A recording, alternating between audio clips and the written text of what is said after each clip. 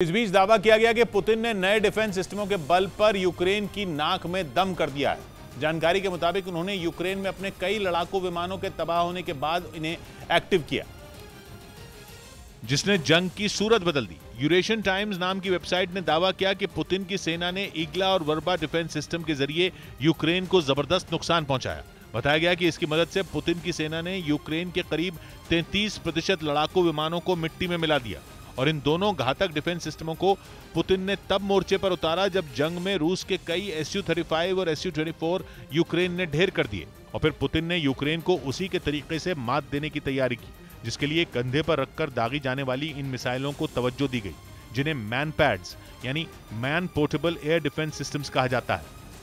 ऐसा इसलिए क्योंकि उन्हें रूस के भारी भरकम मिसाइल डिफेंस सिस्टम के मुकाबले न केवल कहीं भी ले जाना आसान होता है, बल्कि इनसे कम ऊंचाई पर उड़ने वाले लड़ाकू विमानों को भी ढेर किया जा सकता है। यही नहीं, रेडार सिस्टम को चकमा देने वाले विमान भी इसके वार से नहीं बच पाते। यही वजह है कि यूक्रेन की सेना भी इसका इस्तेमाल कर रही है और कहा जा रहा है कि जेलेंस्की की फौज ने इन्हीं मैन पैड्स की मदद से रूस के कई फाइटर जेट तबाह कर दिए, जिसके बाद पुतिन की यह रणनीति यूक्रेन पर जवाबी कार्रवाई के तौर पर देखी जा रही है। जिसके बाद पुतिन की सेना भी यूक्रेन में इन्हीं डिफेंस सिस्टम की मदद से तबाही मचा रही है, जिसका एक वीडियो भी रूस की तरफ से जारी किया गया, जिसमें एक सैनिक यूक्रेन के एक विमान को निशाने पर लेता नजर आया। वीडियो में उसकी दागी मिसाइल ने यूक्रेन के विमान को तबाह कर दिया। वहीं एक दूसरे वीडियो में रूस के जंगी जहाज यूक्रेन के डिफेंस सिस्टम की धज्जियां उड़ाते दिखाई दिए। दावा किया गया कि रूस ने यूक्रेन के S-300 मिसाइल डिफेंस सिस्टम को निशाने पर लेकर वहां जबरदस्त धमाके किए।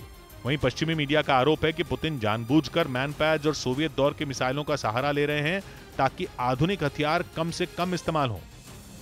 उधर पश्चिमी मीडिया ने दावा किया कि यूक्रेन की सेना घातक स्नाइपेक्स एलिगेटर राइफल से रूसी फौज पर जोरदार हमले कर रही है। बताया जा रहा है कि पुतिन के सैनिक यूक्रेन के हमलों से बचने के लिए पीछे हटने को मजबूर हो गए, क्योंकि स्नाइपेक्स एलिगेटर राइफल से किए गए हमलों में उन्हें भारी नुकसान उठाना पड़ रहा है। खबर है कि जिन इलाकों पर रूसी सैनिकों ने कब्जा कर रखा है, वहां पर जेलेंस्की के जवान चुन चुनकर भीषण हमले कर रहे हैं। यूक्रेन की ये राइफल रूस के लिए घातक साबित हो रही है। यूक्रेन जहां पहले ही पश्चिमी देशों से मिले आधुनिक हथियारों से रूसी सेना को मुंहतोड़ जवाब दे रहा था, वहीं अब स्नाइपेक्स एलिगेटर राइफल ने उसकी ताकत को और ज्यादा बढ़ा दिया है। दावा किया जा रहा है कि इस राइफल से यूक्रेन के जवान रूसी सेना की बख्तरबंद गाड़ियों को भी नुकसान पहुंचा रहे हैं। बताया जा रहा है कि छिपकर यूक्रेन के सैनिक इस राइफल से रूसी सैनिकों को निशाना बना रहे हैं और दावा है कि इसी वजह से पुतिन के जवान पस्त हो गए हैं। यूक्रेन की सेना ने जिस स्नाइपेक्स एलिगेटर राइफल से हमले की बात कही, उसकी गिनती दुनिया की सबसे बड़ी और सबसे खतरनाक राइफल में होती है, क्योंकि इस राइफल से 6 किलोमीटर से ज्यादा दूरी के टारगेट को भी मार गिराया जा सकता है। और तो और 6 फीट से ज्यादा लंबी यह राइफल बुलेट प्रूफ कवच को भी भेदने की क्षमता रखती है।